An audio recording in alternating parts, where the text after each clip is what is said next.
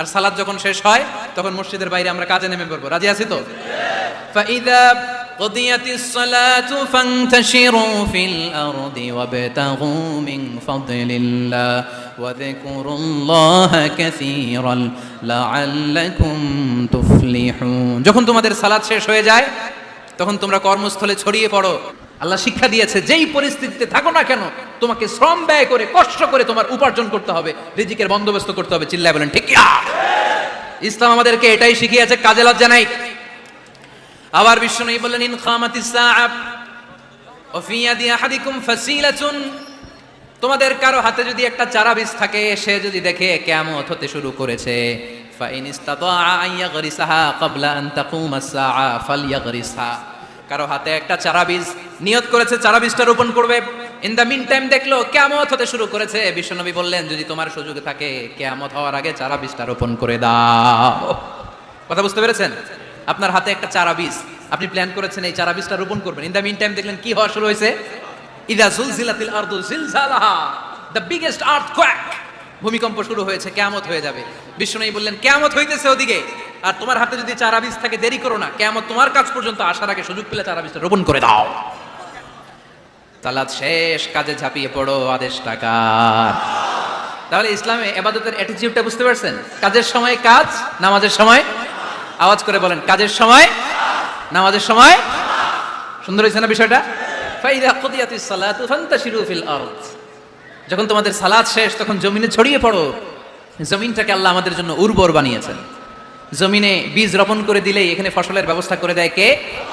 ওয়াল্লাযী জাআলা লাকুমুল আরদা যালুলান ফামশু ফি মানাকিবিহা ওয়া কুলু মির রিজকি ওয়া ইলাইহিন নুশুর। তিনি তো এমন সত্তা যিনি তোমাদের জন্য জমিনটারে ফ্ল্যাট বানিয়ে দিয়েছেন, সমতল বানিয়ে দিয়েছেন। এই জমিনের অলিতে গলিতে, বনে বাদারে, রাস্তায়, সাগরে, পাতালে, পাহাড়ে, বিভিন্ন জায়গায় তোমরা ঘুরে বেড়াও, সেখানে যে আমি আল্লাহর রিজিক তালাশ করো। সুবহানাল্লাহ। এই জমিনটাকে আল্লাহ সাহালাতুল মাসালেক, চলার জন্য সহজ বানিয়ে দিয়েছেন, ফ্ল্যাট, উঁচু নিচু নাই। এই যে লক্ষ্মীপুরের আজকে এই যে প্যান্ডেলের এখানে উঁচু নিচু আছে, আজকে এইখানে যদি উঁচু হতো ওইখানে নিচু হতো, আমরা ঠিক মতো দেখতে পারতেন? বিমান থেকে এটা খুব সুন্দর দেখা যায়, জমিনটা খুব ফ্ল্যাট দেখা যায়, সমতল। এই সমতল হওয়ার কারণে এখানে চাষাবাদের সুযোগ সুবিধা করে দিয়েছে কে? তাহলে বোঝা গেল এই জমিনটা সমতল এবং উর্বর, ভেরি ফার্টাইল ল্যান্ড। আমাদের সালাত শেষ আমরা কাজে চলে যাব, আবার আজান হলে মসজিদে ঢুকে যাবে, এটাই হচ্ছে ইসলামের নিয়ম। সাইয়েদনা ওমর ফারুক যখন মসজিদে নববীর ইমাম, তিনি ইয়ামান দেশের কিছু লোকদের সাথে সাক্ষাৎ করলেন। কোন দেশের? ইয়ামান, যুদ্ধ বিধ্বস্ত একটা দেশ এখন, প্রাচীন নগরী হাদরামাউত, বালাবাক। এই ইয়ামান দেশের কিছু লোকের সাথে তিনি সাক্ষাৎ করলেন। তারা গোল হয়ে বসে থাকে, নামাজের পরে যায় না, বসে বসে সুবহানাল্লাহ পড়ে, আলহামদুলিল্লাহ পড়ে জিকির করে। ওমর ফারুক ভাবলেন দেখি পরের ওয়াক্তে কি হয়। উনি আসরের নামাজে ইমামতি করতে আসলেন, এসে দেখলেন ইয়ামানের লোকেরা মসজিদের বারান্দায় আশেপাশে বসে আছে, সবাই যায়, এরা যায় না। মাগরিবের সালাতে উনি ইমামতি করতে আসলেন, ওমর ফারুক নামাজ শেষ করে দেখলেন সবাই চলে যায়, কিন্তু ইয়ামানের লোকগুলো যায় না। এশার সালাত পর্যন্ত তিনি ওয়েট করলেন। এশার নামাজ পড়ে চলে যাওয়ার সময় ওমর ফারুক দেখলেন সবাই নামাজ পড়ে কাজে চলে যায়, কিন্তু ইয়ামান দেশের লোকগুলো যায় না।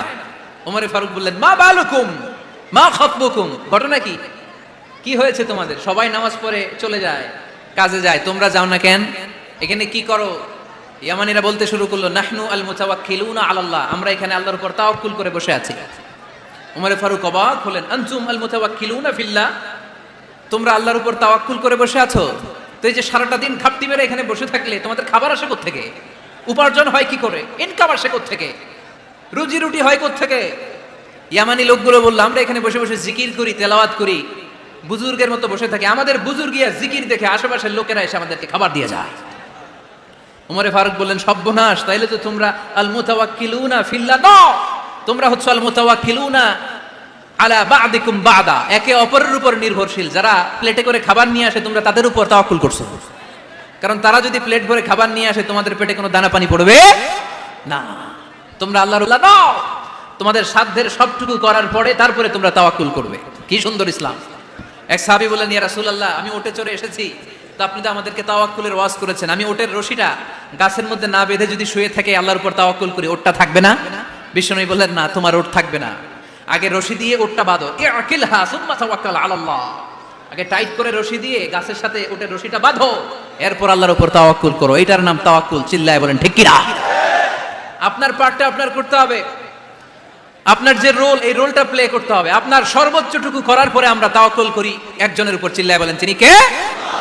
ওমর ফারুক বললেন, তোমরা মুতাওয়াক্কিলুনা আলাল্লাহ নাও, তোমরা বের হয়ে যাও, খবরদার এরপরে কোনো দিন তোমাদেরকে যেন এই মসজিদের মধ্যে ঘাপটি মেরে গোল হয়ে বসে থাকতে না দেখা যায়। কারণ ফাইদা কুদিয়াতিস সালাতু ফান্তাশিরু ফিল আরদ ওয়াবতাগু মিন ফাদলিল্লাহ। ইসলামের বিধান হচ্ছে যখন নামাজ শেষ মসজিদে বসে থাকা যাবে। চিল্লায় বলেন বসে থাকা যাবে? যাবে না। সর্বোচ্চটুকু করে তারপরে আপনাকে বের হয়ে যেতে হবে। প্রতিদিন সকালবেলা পাখির বাসা থেকে দেখবেন পাখিগুলো খালি পেটে বের হয়ে যায়। আপনাদের এই এলাকায় পাখির বাসা আছে? কি পাখির বাসা আছে? হ্যাঁ, সব পাখি আছে। তো সকালবেলা দেখবেন পাখির বাসা থেকে পাখিগুলো খালি পেটে বের হয়ে যায়। বিকেল বেলায় পাখিগুলোর ওদর ফুর্তি করে পেট ভর্তি করে আবার পাখির নিড়ে ফিরিয়ে দেয় কে? কারণ পাখিগুলো তাওয়াক্কুল করেছে কার উপর? পাখিগুলো তাওয়াক্কুল করে যদি পাখির নিড়েই বসে থাকতো, ওদের পেটে খাবার আসতো? কথা বলেন। বিশ্বনবী এটাই বললেন, তাকদু খিমাসান ওয়া তারুহু বিতানান।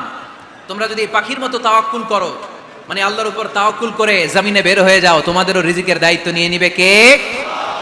সকালবেলা প্রতিটা পাখি না খেয়ে বের হয়ে যায়। একটা পাখির পেটের ভেতরে কোনো দানা পানি নাই, কিন্তু আল্লাহর উপর তাওয়াক্কুল করে পাখিগুলো যখন বের হয়ে যায়, বিকেল বেলা পেট ভর্তি করে ওদর ভর্তি করে আবার পাখির নিরে পাখিগুলোরে ফিরিয়ে দেয় কে? পাখিগুলোকে আমাদের মতো খাবার জমা করে রাখতে পারে? আমরা তো 7 দিনের বাজার একবারে করে ফ্রিজে রাখি। পাখিদের ফ্রিজ আছে না? আছে। আমাদের অতিরিক্ত টাকা হলে আমরা ব্যাংকে ব্যালেন্স করে রাখতে পারি, অ্যাকাউন্ট করে রাখতে পারি। পাখিরাও তো অ্যাকাউন্ট করে রাখে না? না, প্রতিদিন না খেয়ে বের হয়। কালকে ওই পাখিটা কি খাবে, কোন জায়গা থেকে তার রিজিকের ব্যবস্থা হবে আল্লাহ ছাড়া কেউ জানে। এটার নাম তাওয়াক্কুল। এটার নাম কি? আমাদের সাধ্যের, আমাদের ক্যাপাসিটি, আমাদের ক্যাপাবিলিটির সবটুকু করে আমরা তাওয়াক্কুল করি একজনের উপর। চিল্লায় বলেন তিনি কে? এজন্য ইসলাম আমাদেরকে শিখায়, সালাত যখন শেষ বের হয়ে যাও, কাজে নেমে পড়ো। কাজে কোনো লজ্জা নাই, পরিশ্রমে কোনো লজ্জা আছে? যিনি রিক্সা চালায় এতে তার কোনো লজ্জা আছে? দিনমজুর, কুলি, ঠেলা গাড়ি চালায়, ছোট্ট ব্যবসা করে এতে কোনো লজ্জা আছে? লজ্জা নাই। খেয়াল রাখবেন, লজ্জা হচ্ছে অলসতায়। লজ্জা কিসে? বিষ্ণু ঈসা ইসলাম বলেছেন, মা আকালা আহাদুন তুআমান কাত্তু খায়রুম মিন আইয়াকুলা মিন আমালি ইয়াদি। নিজ হাতে উপার্জিত খাবারের চেয়ে, অর্থের চেয়ে শ্রেষ্ঠ খাবার পৃথিবীর কোনো মানুষ কোনোদিন ভক্ষণ করে নাই। চিল্লায় এখন সুবহানাল্লাহ। শ্রেষ্ঠতম খাবার নিজ হাতে উপার্জিত খাবার। ঘাম জড়িয়ে যে অর্থ উপার্জন করা হয়, যে ইনকাম করা হয়, এটা হালাল। আর হালাল খেয়ে দোয়া করলে কবুল করে কে? এজন্য খেটে খাওয়া মানুষ, শ্রমজীবী মানুষ আর মেহনতি মানুষদেরকে বিশ্বনবী খুব ভালোবাসতেন। তারা বিশ্বনবীর বন্ধু আর বিশ্বনবী ছিল তাদের বন্ধু। সুবহানাল্লাহ পড়েন। এত ভালোবাসতেন বিশ্বনবী খেটে খাওয়ার মেহনতি মানুষদেরকে। সব সময় বিষ্ণু ইসলাম তাদের জন্য দোয়া করতেন। এজন্য যারা খেটে খায় তারা কপালওয়ালা, তারা মুস্তাজাবুদ দাওয়া। তারা কি? মুস্তাজাবুদ দাওয়া মানে এমন ব্যক্তি যে ব্যক্তির দোয়া করতে দেরি হয় কিন্তু দোয়া কবুল হতে দেরি হয় না। আপনারা এখানে ব্যবসা করেন কে কে? দেখি তো হাত তুলেন তো। ব্যবসা? মাশাআল্লাহ, অনেক ব্যবসায়ী আছে তো দেখি। আচ্ছা, হাত নামান। চাকরি করেন কে কে? চাকরি? চাকরিও তো অনেক করে দেখি, হাত নামান। প্রবাসী, ছুটিতে দেশে আসছেন। হুজুর আমি আছি কই? আপনি দেখতে আসছেন? মাশাআল্লাহ। কোন দেশে থাকেন? সৌদি আরব। আলহামদুলিল্লাহ। সৌদিতে ভাল লাগে নাকি সৌদি স্বপ্নের দেশ, খাটতে খাটতে জীবন শেষ? ইনশাআল্লাহ। আচ্ছা, ইউনিভার্সিটির স্টুডেন্ট আছো কারা কারা দেখি? মাশাআল্লাহ, হাত নামাও। ক্লাস 5 থেকে ইন্টারমিডিয়েট পর্যন্ত পড়াশোনা করতেছো, অথবা দাখিল আলিম পর্যন্ত কারা কারা দেখি? মাশাআল্লাহ, হাত নামাও, হাত নামাও। একবারও যারা হাত তোলেন না এবার তারা হাত তোলেন। আন্নেরা কি করেন? হ্যাঁ, বেকার। বাংলাদেশে চাকরির বাজার খুব মন্দা, ঠিক কিনা? বাংলাদেশ ইন্ডিয়াতে চাকরি পেতে অনেক কষ্ট। সামান্য একটা পদের জন্য যেখানে চেয়েছে ক্লাস 8 পাস, এখানে ডবল মাস্টার ডিগ্রি অ্যাপ্লাই করছে কয়েক লক্ষ। এজন্য আমাদেরকে উদ্যোক্তা হতে হবে। You have to be the entrepreneur. আমাদের উদ্যোক্তা দরকার, বেশি বেশি নতুন নতুন উদ্যোক্তা। নিজেই এমন আইডিয়া নিয়ে আসবে যে আইডিয়া বিক্রি করে দুর্দান্ত আইডিয়া দিয়ে তুমি পুরো দেশ কাঁপিয়ে দিতে পারো। পারা যাবে না লক্ষ্মীপুরের ছেলেরা? আইডিয়ার অনেক দাম। You have to generate new ideas. নতুন নতুন আইডিয়া এনে মানুষ গোটা বিশ্বকে তাক লাগিয়ে দিচ্ছে। এই যে গত কয়েক বছর আগে কারের একটা রাইড চালু হয়েছে, নাম হয়েছে উবার। কি নাম? ঢাকায় যারা চলাফেরা করেন তারা হয়তো চড়েছেন। উবারের নাম শুনছেন না? এই উবার কোম্পানি কি করে জানেন?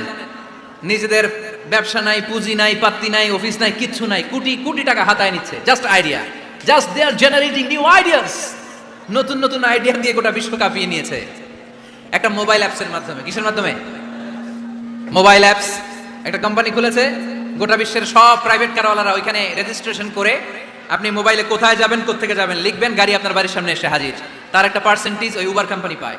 ইউনাইটেড স্টেটস অফ আমেরিকার একটা স্টেট আছে সান ফ্রান্সিসকো, ওইখান থেকে শুরু করছে। 775টা সিটিতে ওদের অপারেশন আছে। বাংলাদেশে ঢাকাতেও আছে, আমি মালয়েশিয়াতে থাকি, ওখানেও আছে, ওখানেও আমরা চড়ি। প্রায় 63টা দেশে ওদের কাজ বাজ আছে। গত বছরে 2018 সালে ওদের প্রফিট ছিল, রেভিনিউ ছিল 11.27 billion US dollar, 11.27 US billion dollar. Just they are selling their ideas. নতুন নতুন আইডিয়া দিয়ে গোটা বিশ্ব কাঁপাচ্ছে। এই উবার যখন চালু হলো, আমি তখন মালয়েশিয়া, শুনলাম বাংলাদেশে নতুন আর একটা বাইর হইছে, পাঠাও। কি নাম?